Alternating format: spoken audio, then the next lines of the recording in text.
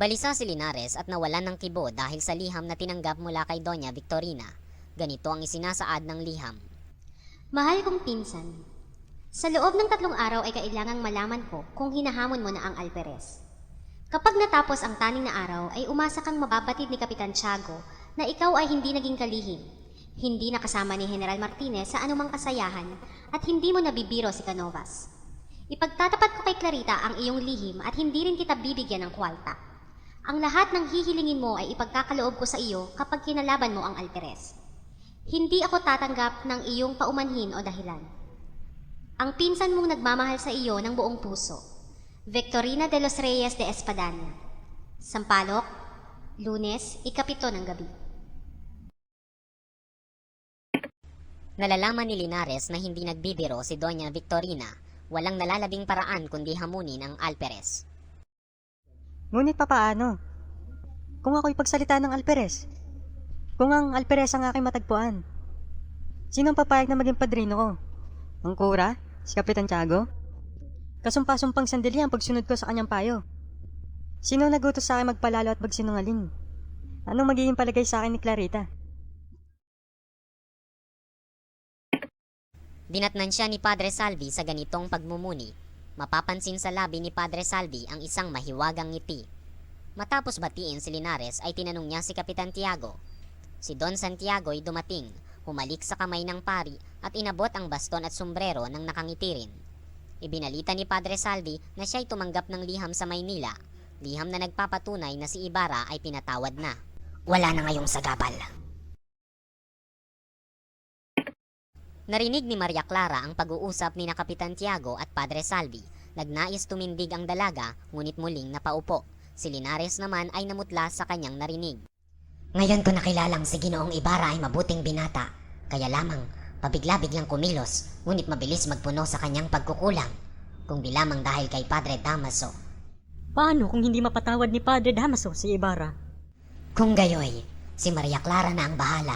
Si Padre Damaso ay kanyang kompesor, kaya't sila'y magkaunawaan. Nang mga sandaling iyon ay dumating si Ibarra kasunod ni Tia Isabel. Binati niya si Kapitan Tiago at yumukod kay Linares. Sinalubong siya ni Padre Salvi at siya'y buong lugod na kinamayan. Nagtaka si Ibarra. Huwag kayong magulat.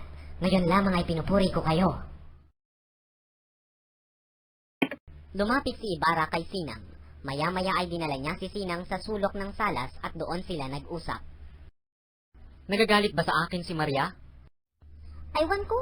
Ngunit lagi siyang umiiyak at ang sabi limutin mo na siya. Ang nais si Kapitan Tiago at ni Padre Damaso ay ipakasal siya kay Linares. Ayaw ni Maria. Nasabihin kong baka ikaw ay may ibang nililigawan, ay sinagot niya ako ng lalong mabuti at saka umiyak. Ipakisabi mong gusto ko siyang makausap ng sarilinan. Oo, Kailan ko malalaman ang sagot? bukas ay magtungo ka sa amin ng maaga. Ngunit sabihin mo sa akin ang lihim.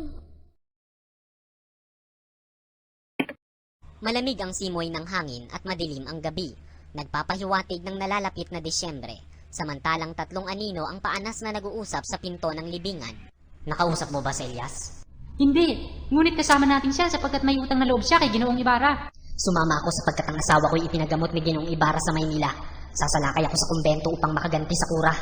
Sasalakay naman kami sa kwartel upang masabing ang aming amay may anak na lalaki. Lima kaming sasalakay. Sapat na ito. Ang wika ni Ginoong Ibarra ay 2 puraw kami.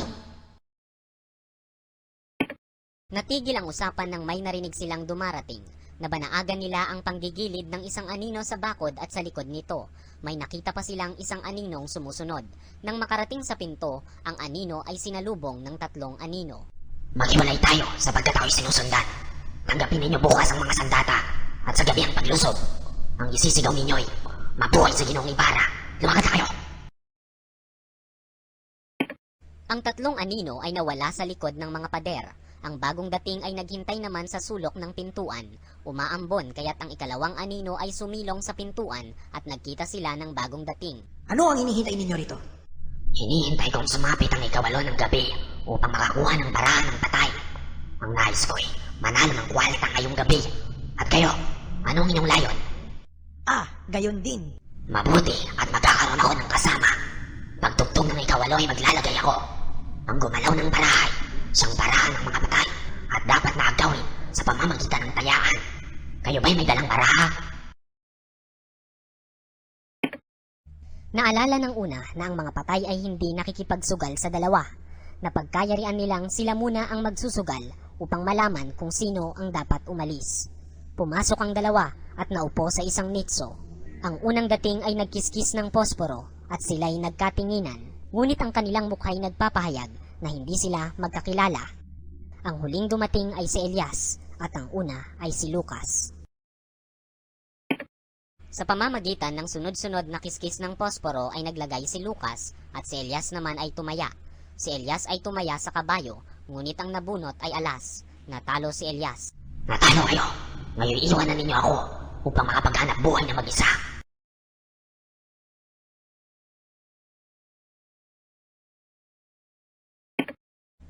Dalawang gwardya sibil ang naglalakad sa may tabi ng simbahan ng gabing yaon. Nag-uusap ang dalawa sa paghuli kay Elias. Nakasalubong nila si Lucas at pinatigil. Nakita mo ba si Elias? Hindi po. Hindi ko po siya kilala. Sulong! Hangal!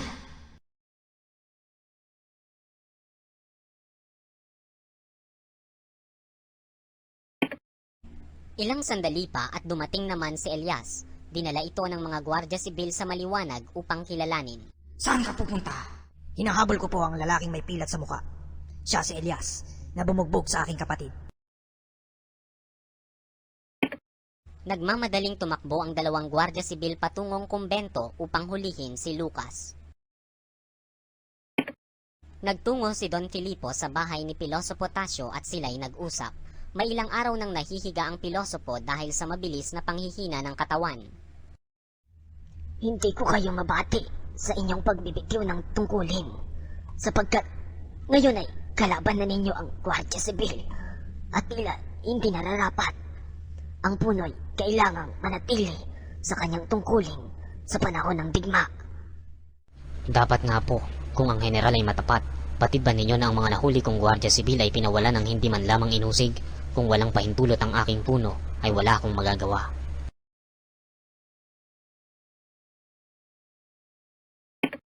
Wala po akong magagawa sa bayang natatakot. Tingnan ninyo sa Ginoong Ibarra na sumunod sa paniniwala ng marami. Siya po ba'y naniniwala sa ekskomunyon? Ibang katayuan ninyo kay Ginoong Ibarra.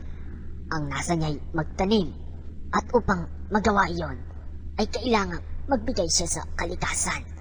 Ang tungkulin ninyo'y magpasunod. Kaya't kayo ang nangangailangan ng lakas. Sa halip na kalabanin ninyo ang kapitan, ay kinalaban ninyo sana ang nagmamalabi sa katungkulan at ang nanliligalig sa bayan.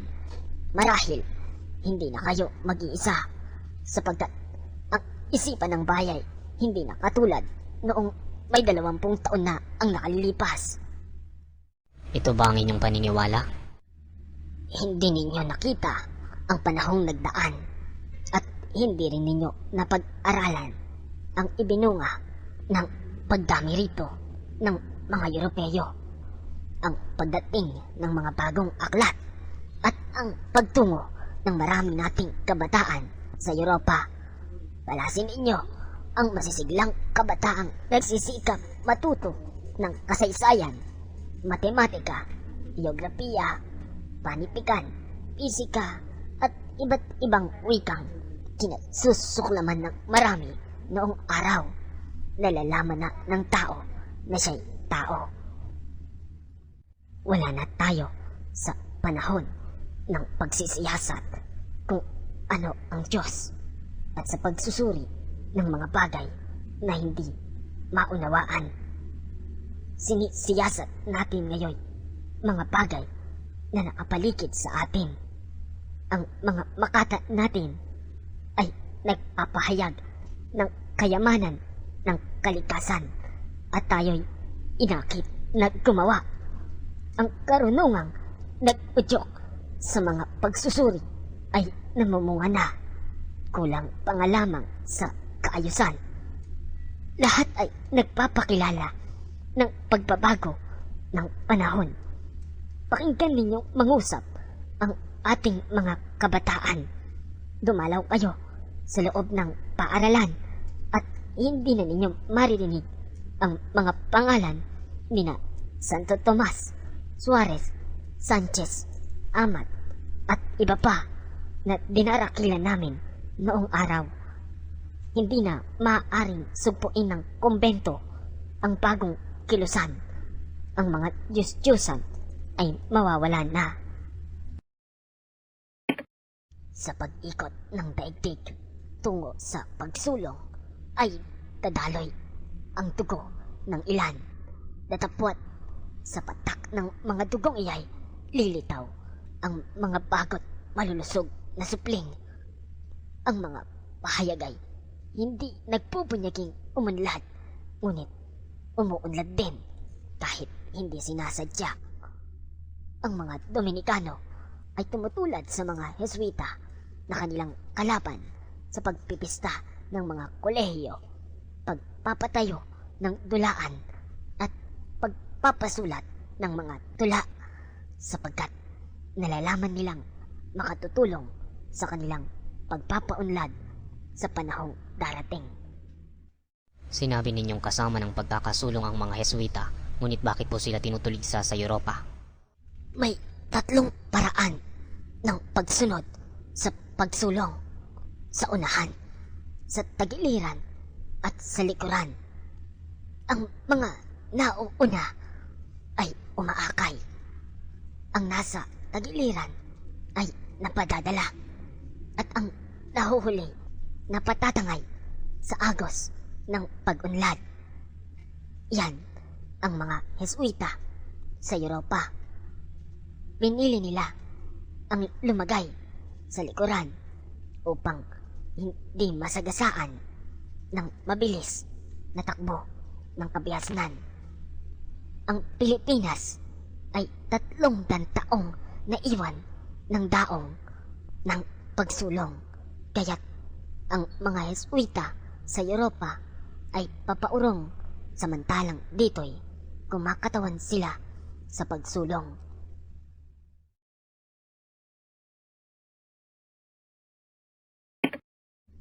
Ang pinag-uusapan natin ang kasalukuyang kalagayan ng Pilipinas. Palubog na sa kanluran ang araw ng aking mga kapanahon, ngunit kayo'y papaharap pa lamang sa pakikipaglaban. Ang naglalaban ay ang kahapong nakakapit sa umuugang muog ng mga Panginoon, at ang hinaharap na umaawit ng tagumpay at natatanglawan ng silahis ng isang magandang umaga. Silahis na taglay ang mabuting balita mula sa ibang lupain. Sino ang masasawi sa dalawa at madaraganan ng mga batong guguho? Sandaling tumigil si Mang Tasyo nang mapansing nagmumuni si Don Filipo. Ipinalalagay ninyong ako'y namamali sapagkat ako'y may sakit. Bukod dito, nagbubuhay ako sa panaginip. May katwiran kayo. Ako'y nananaginip. Ang ating mga binatay walang iniisip kundi kaligayahan, panliligaw at paglulugso ng karangalan ng mga dalaga kaysa kagalingan ng bayan. Ang mga babae, dahil sa pag-aalaga sa tahanan ng Diyos, ay nakalilimot sa sariling tahanan, masisipag sa bisyo at matatapang sa paggawa ng kahihiyan ang mga binata. Ang mga batay nagigising sa masamang kaugalian. Ang matatanday, siya pang nagtutulak sa kabataan sa kasamaan dahil sa kanilang masasamang halimbawa. Ikinagagalak ko ang kamatayan ng dahil diyan.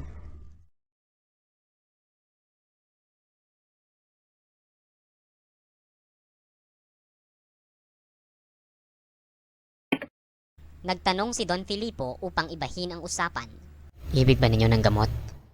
Ang mga mamamatay ay hindi nangangailangan ng gamot. Ang gamot ay para sa inyong may iwan. Ipakisabi lamang kay Ibarra na nais ko siyang makita bukas. May mahalaga lamang akong sasabihin. Ilang araw na lamang ang nalalabi sa aking buhay at ako'y yayao na. Ang Pilipinas Ang Pilipinas ay nalalampungan ng kadiliman. Nagpaalam na si Don Filipo na taglay ang malabis na kalungkutan.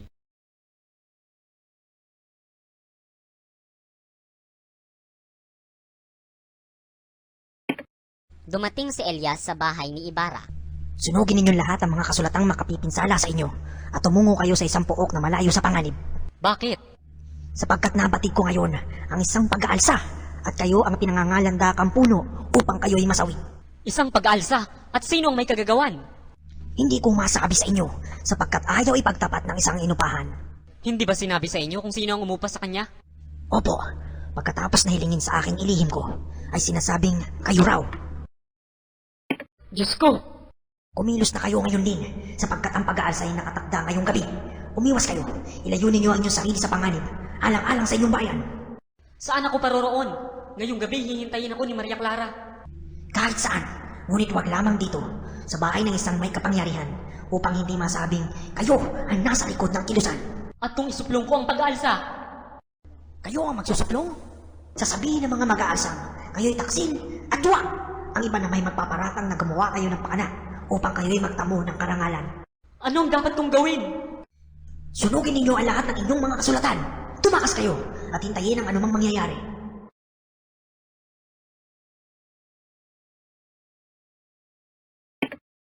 Tumulong si Elias sa paghanap ng mga kasulatang makapipinsala kay Ibarra nang bigla siyang napahinto sa isang kasulatan. Nakilala ba na inyong pamilya si Ginoong Ibarramendia? Mangyari pa, siya ang ama ng aking nuno. Ama ng inyong nuno si Don Pedro Ibarramendia? Opo, ang aming apelyido ay pinaikli sapagkat lubhang mahaba. Siya ba ay taga Biskaya?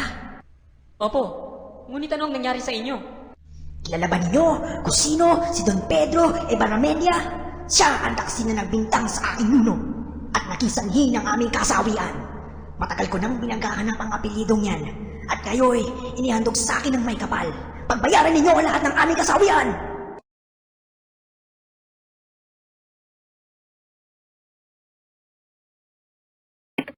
Tinakbo ni Elias ang sisidlan ng mga sandata at takwat. Ilang saglit lamang ay nabitiwan din ang balaraw na kinuha at nilisan ang bahay.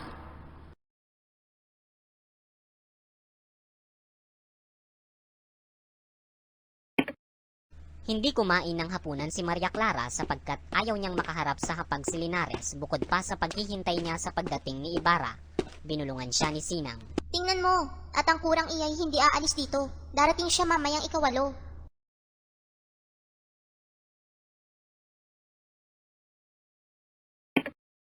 Dumating si Ibarra na nakaluksa at malungkot. Tatanungin sana siya ni Maria Clara nang bigla nilang marinig ang maraming putukan. Lahat ay nabigla, maliban kay Ibarra na walang katinag-tinag.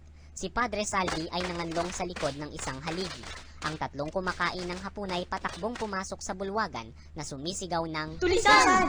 at sina Maria Clara at Sinang ay magkayakap na kinakabahan.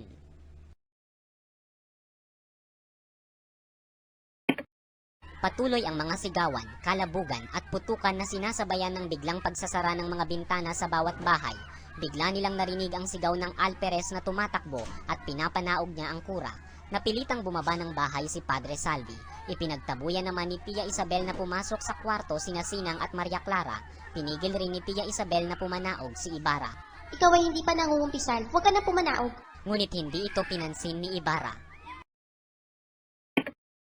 Narinig ni Ibarra mula sa tribunal ang mga kalabugan, mga daing, palo at pagtutungayawan na pinangingibabawan ng tinig ng alperes sa pag-uutos sa kanyang mga gwardya sibil. Binilisan niya ang paglakad. Sa bahay ay hinihintay siya ng mga utusang hindi mapalagay. Pinasiyahan niya ang pinakamabilis niyang kabayo at inutusang matulog na ang mga utusan. Tuloy-tuloy pumasok si Ibarra sa kanyang laboratorio at inihanda ang isang maleta.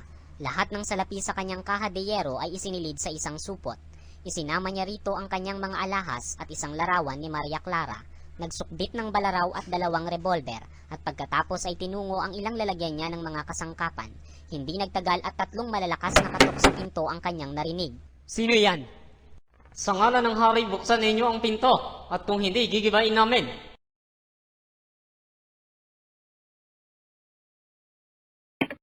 Sumilip sa durungawan si Ibarra at pagkatapos ay ikinasa ang kanyang baril, ngunit nagtalo ang kanyang kalooban. Binitiwan ang kanyang sandata at binuksan ang pintuan. Mabilis siyang dinakip ng 3 gwardya sibil at dinala sa kwartel.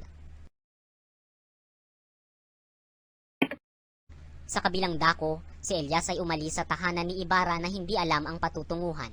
Binagtas niya ang malawak na bukirin hanggang sa siya'y makarating sa kabundukan at baybayin ng dagat. Ngunit hanggang dooy, parang sinusurot siya ng kanyang mga ninuno at sa bawat puno ng kahoy ay parang niyang nakikita ang duguang ulo ni Balat at tila sinisisi siya ng kalansay ng isang matandang babae at sa bawat alon ng dagat ay parang sinasalpok ang bangkay ng kapatid niyang babae na may tarak na punyal sa dibdib.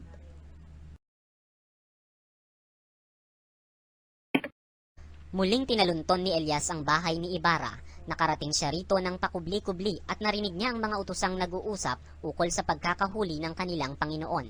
Nilundag niya ang mataas na bakod at mula sa likuray umakyat siya sa bintana.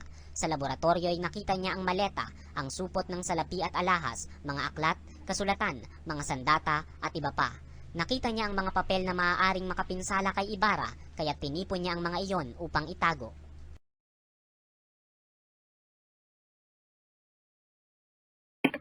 Natanaw ni Elias ang pagdating ng 2 gwardya sibil na may kasamang nakadamit paisano, na bago ang kanyang balak, noon di tinipon niyang lahat ang mga papeles at kasulatan at kanyang sinindihan. Ang lahat ng iba pa'y inilagay niya sa isang sako at saka mabilis na tumalon sa bintana. Siya namang pagdating ng 2 gwardya sibil at ng Direktor Silio, pinanhik nila ang bahay sa pamamagitan ng pangungulata, ipinakukuha sa kanila ang mga kasulatan at mga papeles, ngunit nang mabuksan ang pintuan ng bahay ay sinalubong sila ng nagngangalit na apoy. Sunog! Sunog! Sunog! Sunog!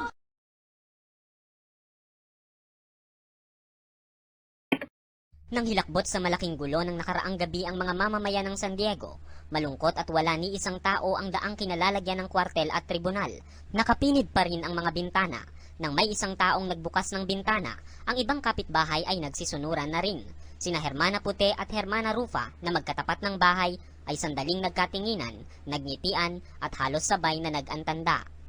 Akala mo ay Misa de Gracia, isang kastilyo. Higit pang marami ang putok kagabi kaysa noong looban ni Balat ang bayan. Maraming putok? Sinasabing iya'y likha ng mga tulisan ni Tandang Pablo? Hindi! Ang naglaban daw ay mga gwardya sibil at mga kuadrilyero, kaya nakakulong si Don Filipo. Unti-unting nagkatao ang lansangan at kumalat na ang iba't ibang balita. Si Maria Clara raw ay pinagtangkaang agawin ni Ibarra, ngunit nagtanggol si Kapitan Tiago sa tulong ng Gwardya Sibil. Ang mga namatay ay hindi 14 kundi 30. Si Kapitan Tiago ay nasugatan kaya't siya at ang kanyang pamilya ay luluwas sa Maynila.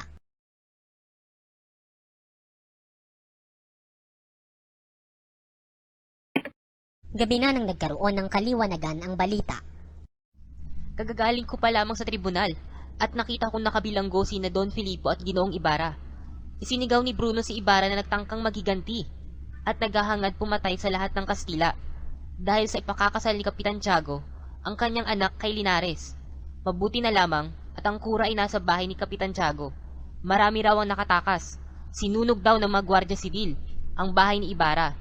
Marahil kung hindi siya nadakip, pati siya'y nadamay. At ang kanyang mga alila, lahat ay ipiniit. Hanggang ngayon makikita ninyo ang usok ng kanyang bahay. Kaawa-awang binata. Huwag mo nang ipagtanggol ang isang ekskomulgado.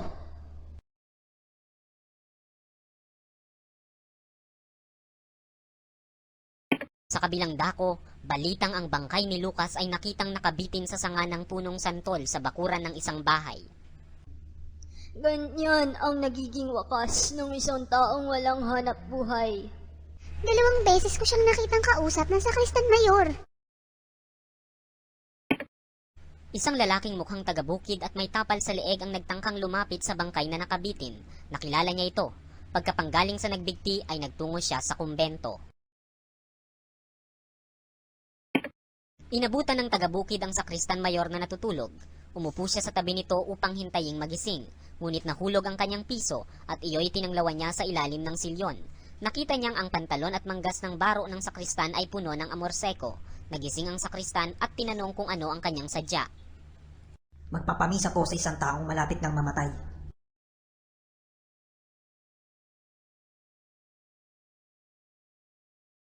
Nang makaalis ang lalaking mukhang taga-bukid, ito'y bumulong at inalis ang tapal sa leeg kapag dakay nalantad ang anyo ni Elias. Nahuli ko sana siya kagabi.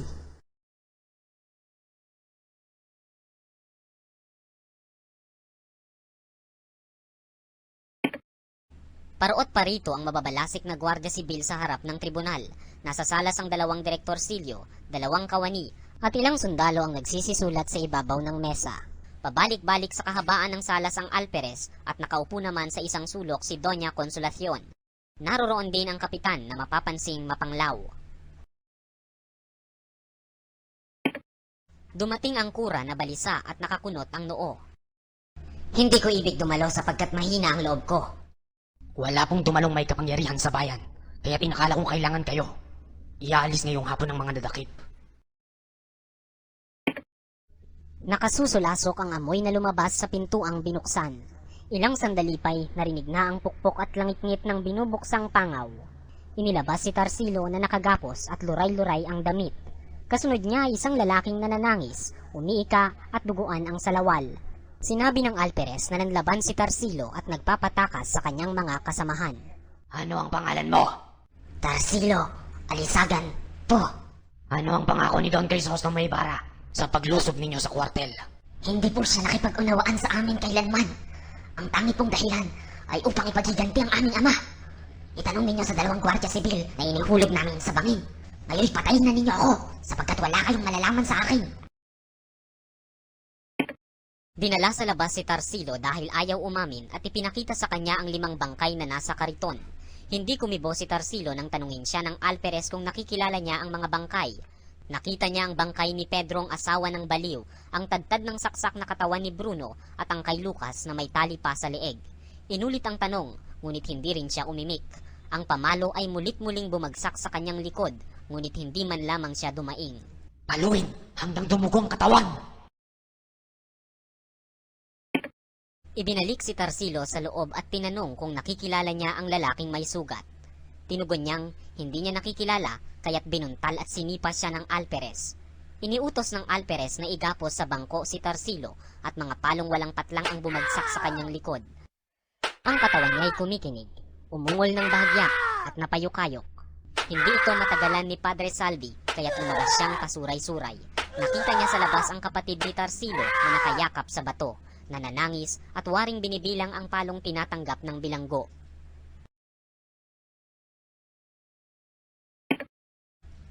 Ang mga nagpaparusa ay waring nangapagod. Ipinakalag ng Alperes ang gapos, dinala ang kaawa-awa sa balong nasa gitna ng patio. Ang balong ito'y lubhang marumi at mabaho sapagkat tapunan ito ng lahat ng dumi at sukal. Patiwarik siyang ibinitin samantalang hawak ng Alperes ang orasan. Kung kayo'y mga Kristiyanong may puso, ilubog na ninyo ako ng matagal. O kaya iumpog ninyo ang aking ulo sa bato upang ako'y mamatay. Kayo'y kakalingain ng Diyos sa inyong kawang gawa. Magkakaganito rin marahil kayo balang araw.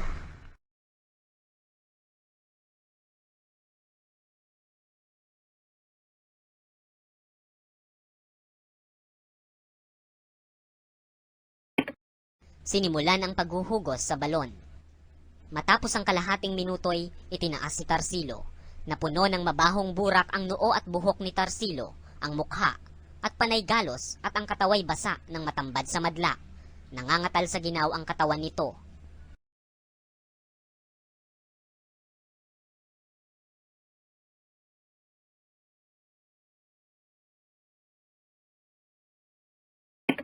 Sa ikatlong paghuhugos, pinilit niyang ibaluktot ang kanyang leeg upang tapunan ng huling tanaw ang langit, ang araw, at ang liwanag na hindi na niya muling makikita. Makaraan ng 1 kalahating minuto'y itinaas si Tarsilo. Tiwasay na ang kanyang mukha, nakadilat ang mga mata. Lumalabas sa kanyang bibig ang burak na kinulayan ng dugo, at hindi na kumikilig ang kanyang katawan. Idinuldol ng Alperesa ang baga ng kanyang tabako sa paa ni Tarsilo. Namatay ang apoy nang hindi man lamang gumagalaw ang laman. Ang mga bilanggo ay dadalhin na sa bayan at ang balitang ito'y nagbunga ng hinagpis at panaghoy.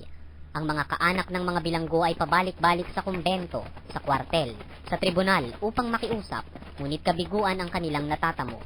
Ang alperes ay nagpapataliban ng lalong maraming gwardya sibil na siyang nangungulata sa mga babaeng nagmamakaawa sa kanya. Dalawang karitong hila-hila ng baka ang huminto sa harap ng tribunal ng mag-iikalawa ng hapon. Kaagad itong pinaligiran ng mga tao sa hangaring sirain, ngunit sinaway sila ni Kapitana Maria. Dalawang gwardya sibil ang tumalibas sa magkabilang gilid ng kariton. Lumabas na kasunod ang mga bilanggo na pinangungunahan ni Don Filipo na nakagapos. Napaiyak si Aling Doray at tinangkang yumakap sa asawa, ngunit inilayo siya ng mga gwardya sibil. Si Antonio'y lumabas na umiiyak at si Andong ay napahagulgol nang makita ang biyanan. Ang seminaristang si Albino ay nakagapos na tulad ng kambal na anak ni Kapitana Maria. Si Ibarra ang huling inilabas. Hindi siya nakagapos, ngunit nasa gitna ng dalawang sibil. Yan ang may sala! Yan ang may sala! At siya pa walang gapos? Siya, gapusin ninyo ako ng mahigpit. Sumunod ang mga gwardya sibil sa hiling ni Ibarra. Nooy lumabas ang alperes na nakasakay sa kabayo at batbat ng sandata ang katawan. Ang mga bilanggo ay may mga kaanak na nakikiusap at nananaghoy, maliban kay Ibarra na ni walang kaibigan. Ano ang pagkakasalang nagawa sa inyo ng aking asawa't anak? Masdan ninyo ang punso kung inalisan ninyo ng ama. Duwag! Sumpain ka ng Diyos! Sumpain ng kayamanang kinamal mo upang guluhin ang aming kapayapaan! Sumpain ka! Ang dapat sa iyo'y bigtayin!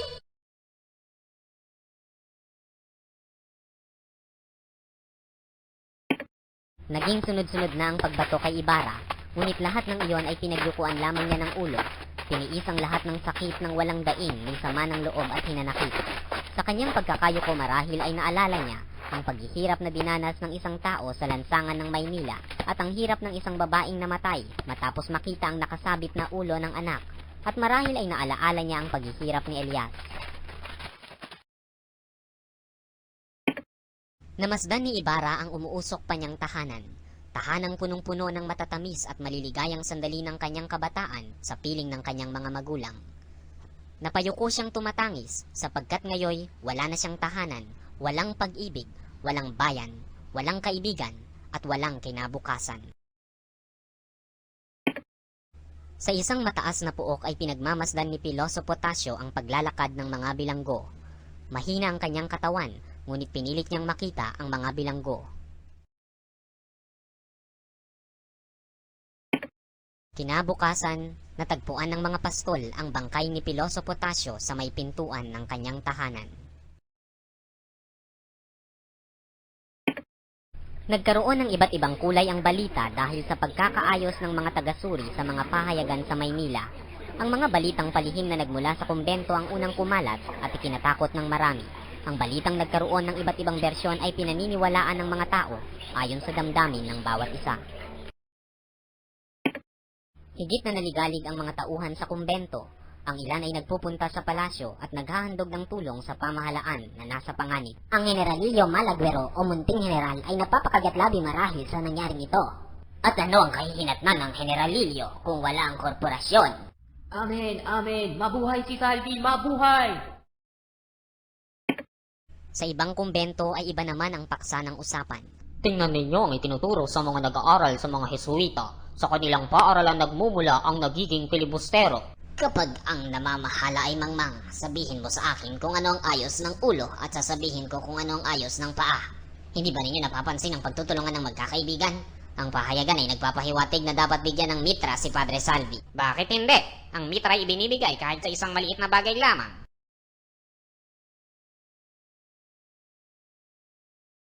Sa isang maganda at maaliwalas na bulwagan ng isang bahay sa Tondo ay pinangangaralan ni Kapitana Tinchang si Kapitan Pino.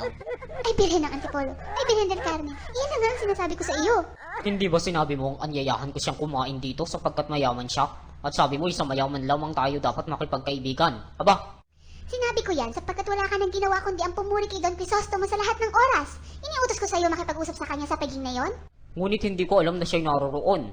Dapat mo sanang inalam. Matagal na panahon akong nagsikap at nagtipid. Ngayon mawawala sa isang iglap lamang ang aking mga pinaghirapang bagay. Naku, kung naging lalaki lamang ako, haharap ako sa Kapitan General at ihahandog ko ang aking paglilingkod laban sa mga nag-aalsa.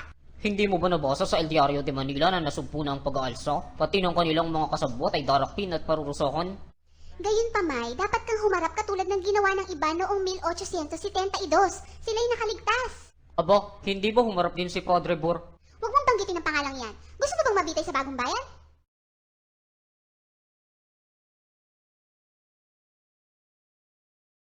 Kamuntik nang mamatay sa pagkainis si Kapitan Tinong kung di dumating ang pinsang si Ginoong Primitibo. Ano ang nangyari? Kware! Nako, ipinatawag kita upang hinga ng payo. Nag-aral ka ng Latin at mabuti kang mga tuwiran. Ang mag-asawa ay natahimik upang hintayin ang payo. Pinakain ninyo rito si Ginoong Ibarra at nagbigay gala na makita sa may tulay. Sa gitna pa naman ng maraming tao. Sasabihin sila'y magkaibigan. Hindi mabuti yan, pinsan. Hindi siya dapat makipagkilala sa taong iyon. Alam mo naman na ang mabuti ay napaparusahan dahil sa masasama. Mabuti yata, pagawain mo ng huling habilin ang iyong asawa.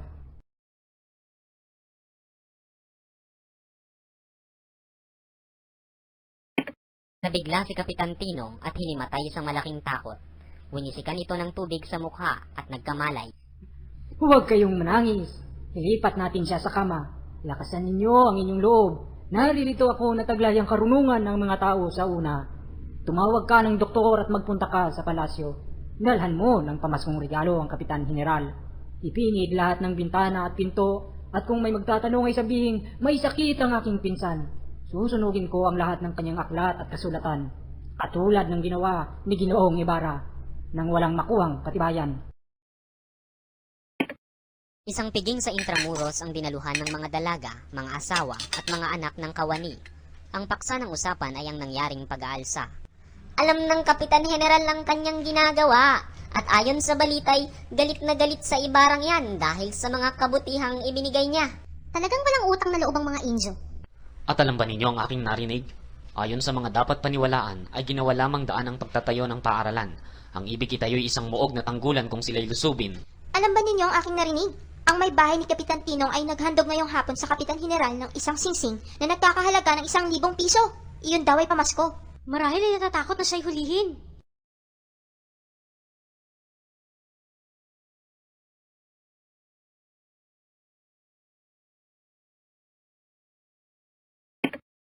Dumating sina Doña Victorina, Don Tiburcio at Linares sa bahay ni Kapitan Tiago. Si Doña Victorina ang sumarili sa usapan at paulit-ulit na ipinahayag na iba na ang may kamag-anak na mahal na tao sapagkat nakapagpapabalik-balik sa bahay ng Kapitan General. Ah, pinsan, lubha ka namang malihim. Nalalaman na namin na ikaw ang tagapayo ng general at ayaw niyang malayo sa iyo. Si Maria Clara ay magaling na, ngunit may pamumutla pa rin. Siya'y bumati alinsunod sa kaugalian at pagkatapos ay ngumiti ng may kalungkutan.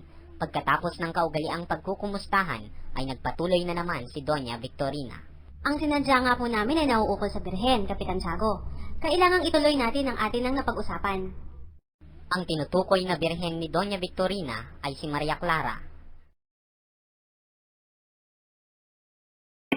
Sa pag-aakalang hindi niya dapat mapakinggan ang usapan, nagpaalam si Maria sa kanila. Bukas ay magpapapista tayo. Ihanda mo na ang loob ni Maria Clara sapagkat sa ipakakasal natin sa loob ng maikling panahon.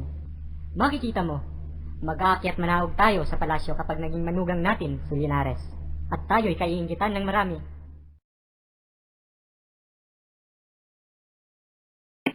Kinabukasan, ang bulwagan ng bahay ni Kapitan Tiago ay puno ng mga panauhin. Ang paksa ng usapan ng kababaihan ay si Maria Clara. Maganda nga, ngunit mukhang tanga. Hindi sana ganyan ang piniling lalaki. Siya'y mayaman, chika. Kakisigan ang puhunan ng lalaki. Ngayon pang malapit ng mabitay ang unang katipan at saka pakakasal. Iyan ang marunong. May kahalili ka agad.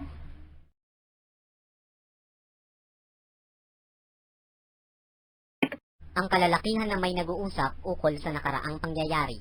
Kung hindi niya pinagkatiwalaan ng mga taong sinulatan niya at kung hindi nabigyan ng ibang kahulugan ng laman ng liham na iyon, natitiyak kong siya'y napawalang sala. Ayon sa manananggol ni Ibarra, ang liham ay nauukol lamang sa ilang talatang may kalabuan na. Sinulat ng binata sa isang dalaga bago magtungo sa Europa. Ilang talatang nabigyan ng ibang kahulugan ng piskal, na si Ginoong Ibarra raw ay nagbabalak ng pag-aalsa laban sa pamahalaan. Nang mga sandaling iyon, isang bangka ang sumadsad sa ibaba ng bahay ni Kapitan Tiago. Ang isa sa dalawang lalaki ay pumanhik sa hagdang bato at lumundag sa pader hanggang sa makarating sa azotea. Crisostomo? Ako nga.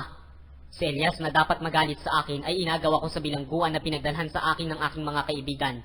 Maria, bago ako lumayoy, ibig kong malaman mong pinatatawad kita. Maging maligaya ka nawa. Paalam. Humakbang ng palayo si Ibarra, ngunit pinigil siya ng dalaga. Inilahad niya kay Ibarra ang lihim ng kanyang pagkatao. Nalaman ko isang gabing nahihibang ako sa taas ng lagnat, ang tunay kong ama.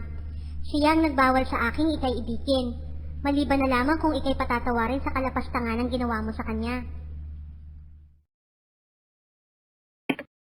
Mula sa kanyang dibdib ay inilabas ng dalaga ang 2 putol na papel. Ito'y 2 liham ng aking inang isinulat sa gitna ng paghihirap, samantalang ako'y nasa kanyang sinapupunan. Basahin mo at makikita mo ang hangarin niyang mamatay ako.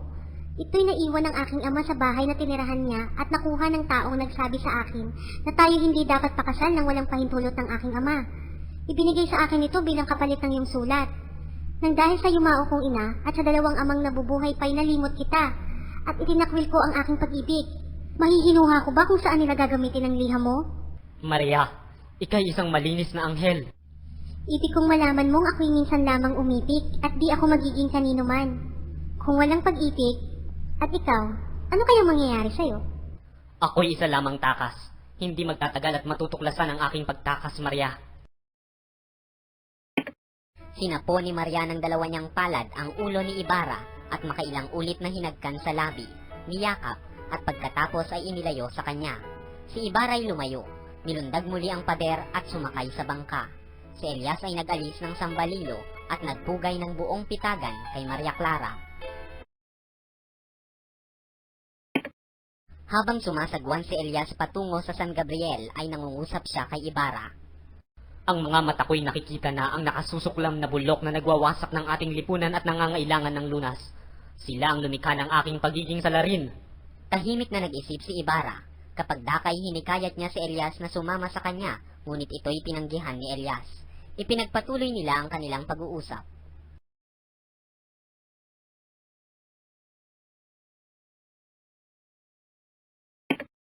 Nang dumaan sila sa tapat ng palasyo'y napansin nilang nagkakagulo ang mga bantay. Inutusan ni Elias si Ibarra na humiga upang matabunan ng damo. Nagkatotoo ang kutob ni Elias. Sila'y pinatigil at tinanong ng bantay. Sinabi ni Elias na siya'y galing sa Maynila at nirasyonan ng damo ang hukom at kura. Lakad! Huwag kang magpapasakay sa iyong bangka. Nakatakas ang isang bilanggo. Kung mahuhuli mo, idalhin sa akin at bibigyan kita ng pabuya.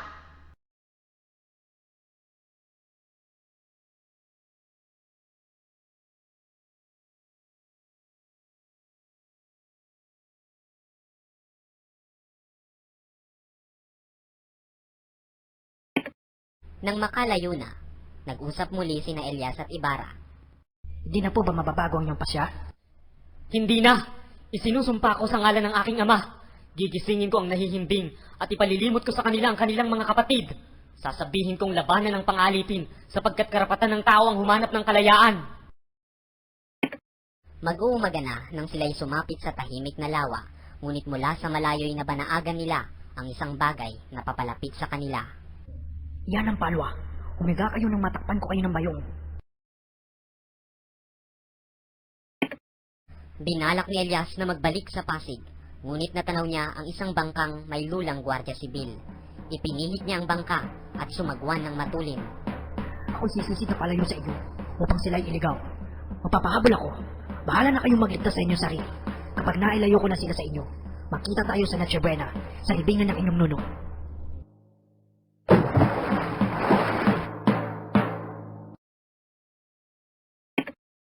Hinugis ng palwa at ng bangkang humahabol si Elias at sa tuwing militaw ay binabaril.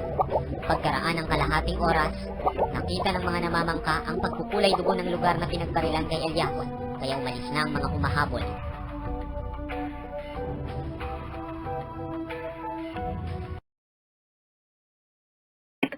Nabalitaan ni Maria Clara sa pahayagan ang pagkalunod ni Ibarra sa lawa. Maya-maya ay biglang dumating si Padre Damaso. Sa lalawigan pa ako nang galing upang masaksihan ang iyong kasal. Napahikbi si Maria Clara. Bakit ka humihikbi, anak ko? Nagkatampuhan ba kayo ni Linares? Napaiyak si Maria Clara nang mapatingin sa inaama. Huwag kang umiyak, anak ko. Ako ang nagdurusa sa iyong ginagawa. Ako po ba'y minamahal ninyo? Tulungan ninyo ang aking ama at sirain ang kasunduan sa aking kasal. Isinalaysay ni Maria Clara ang lahat ng huli niyang pagkikita kay Ibarra maliban sa lihim ng kanyang pagkatao. Noon ay ibig ko pang mabuhay sapagkat nalalaman kong kahit saan siya naroroon ay maaalala pa rin niya ako. Ngayon ay wala nang natitira sa akin, kundi ang kumbento o lipingan. Ako ang nagdulot sa iyo ng kasawian, anak ko. Patawarin mo ako. Ika'y napamahal sa akin, tulad ng isang anak. Wala akong kaligayahan kundi ikaw. Si Padre Damasoy napaiyak na parang bata. Kung gayo'y payagan ninyo akong magmongha. Magmongha! Magmongha! Hindi mo alam, anak ko. Ang buhay at lihim sa likod ng makapal na pader ng kumbento. Ang kumbento o ang kamatayan? Diyos ko!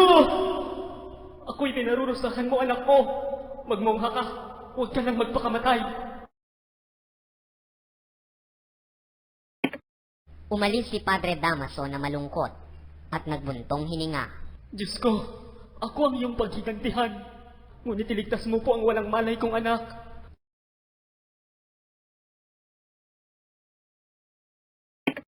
Nakatira sa kubo ang isang mag-anak na Tagalog na ang pagkabuhay ay nanggagaling sa pangangaso at pangangahoy.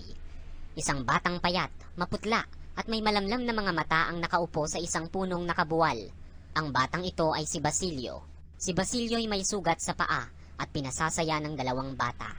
2 buwan na buhat nang makuha ka naming sugatan. Akala nga namin ay hindi ka na mabubuhay. Diyos na po ang bahalang gumanti sa inyong kabutihan. Ang nais ko po ay makita ang aking ina at bunsong kapatid na nasa bayan. Nagpaalam umuwi si Basilio sa matanda. Siya'y nagpumilit at hindi naman nabigo. Anak, baka ikamatay mo ang pag-uwi. Dadalawa po ang anak ng aking ina, samantalang kayo'y marami. Baka akala po ng aking ina ay patay na ako. Ngayong gabi, hahandugan ko siya ng aginaldo, ng isang anak. Narating ng paika-ika ni Basilio ang San Diego. Tinungo niya agad ang tahanan, ngunit nakita niyang walang tao. Siya'y nagtanong, nalaman niyang baliw ang kanyang ina. Palibot-libot sa mga lansangan. Wala siyang nabalitaang kahit ano kay Crispin. Tumakbo siyang paika-ika upang hanapin ang kanyang ina. Agad na tinungo ni Basilio ang bahay ng bagong Alperes, sapagkat narinig niya mula roon ang malungkot na pag-awit ng kanyang ina. Iniutos ng babaeng nasa durungawan sa bantay na paakyatin si Sisa. Nang makita ni Sisa ang tanod, siya'y natakot at tumakbong papalayo. Si Basilio ay nakamasid sa kanyang ina at tumakbo ng paika-ika nang nawala sa kanyang paningin ang ina. Binato ng isang alilang babae si Basilio at tinamaan siya sa ulo, ngunit hindi siya tumigil sa pagtakbo. Si Sisay pumasok sa pinto ng libingan ng matandang Kastila na nasa may punong balete. Pasuntok na binayo ni Basilio ang pinto at iniumpog ang kanyang dugoang ulo, ngunit wala ring nangyari. Natanaw niya ang isang sanga ng baleteng nakakapit sa isang puno. Inakyat ang puno at pagkatapos makapangunyapit sa sangay nakarating sa balete, nakita niyang itinukod ni Sisa pati ang ulo sa dahon ng pinto. Mabilis na nagpatihulog si Basilio at dala ng panghihinay na walan ng malay. Pamulagat na minasdan ni Sisa ang mukha at dugoang noo ni Basilio. Nagliwanag ang kanyang isipan. Nakilala niya ang kanyang anak. Niyakap niya ito at pinaghahagkan. At pagkatapos na makapagbitiw ng isang malakas na tili, ay napahandusay sa tabi ng anak. Nang magbalik ang malay ni Basilio ay nakitang walang malay ang kanyang ina. Magiliw niyang tinawag ang ina at nang mapansing hindi na ito humihinga o kumikilos ay kumuha siya ng tubig sa batis at winisikan niya ang mukha. Si Sisay hindi man lamang gumalaw. Nangambang idinikit ni Basilio ang kanyang tainga sa dibdib ni Sisa, ngunit ang yayat at luoy na dibdib ay malamig na at ang puso'y hindi na tumitibok. Wala ni kaunti mang hininga siyang nadama. Niyakap niya ang malamig na bangkay at siya'y tumangis ng buong kapaitan.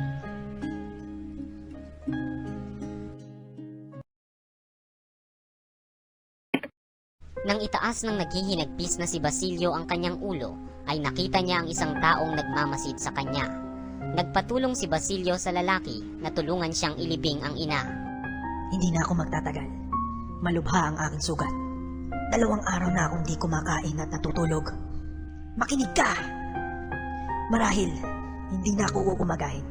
Kunin mo ang maraming kahoy na nakabunton sa kabila ng batis at italaksan mo rito. Sindihan mo ang mga kahoy at hayaan mong kaming masunog hanggang sa maging abo. Kapag walang ibang taong dumating, humukay ka rito at makikita mo ang maraming salapi. Kunin mo at gamitin mo sa pag-aaral. Kunin mo ang mga panggatong.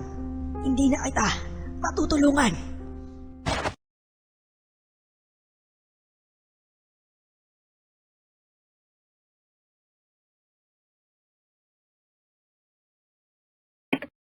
Lumakad si Basilio.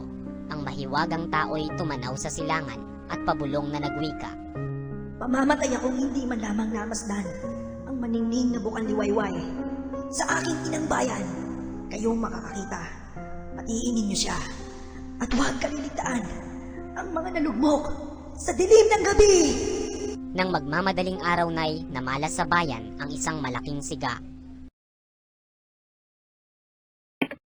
Nang pumasok sa kumbento si Maria Clara, sa Maynila na nanirahan si Padre Damaso. Ilang buwan pa lamang ang nakalilipas ay nakatanggap na siya ng kautusan na inililipat siya sa malayong lalawigan.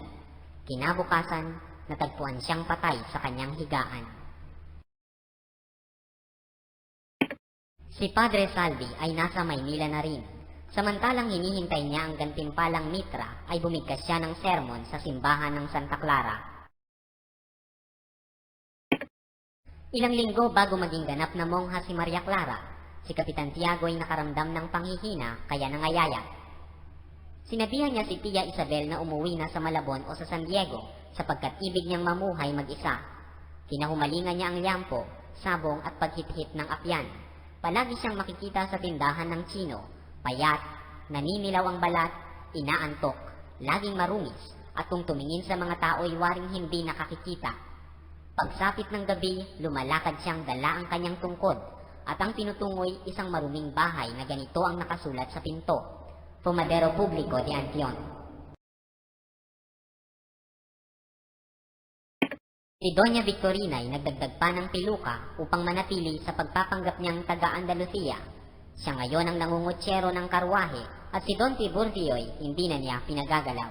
Gumagamit na siya ng salamin at hindi na natatawag upang manggamot at madalas na walang pustiso.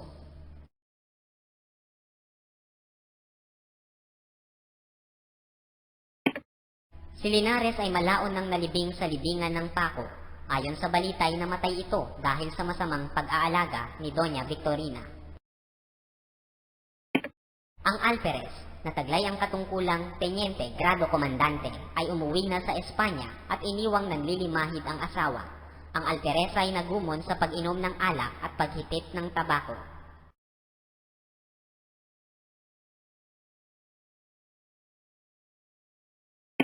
Walang malinaw na balita kay Maria Clara.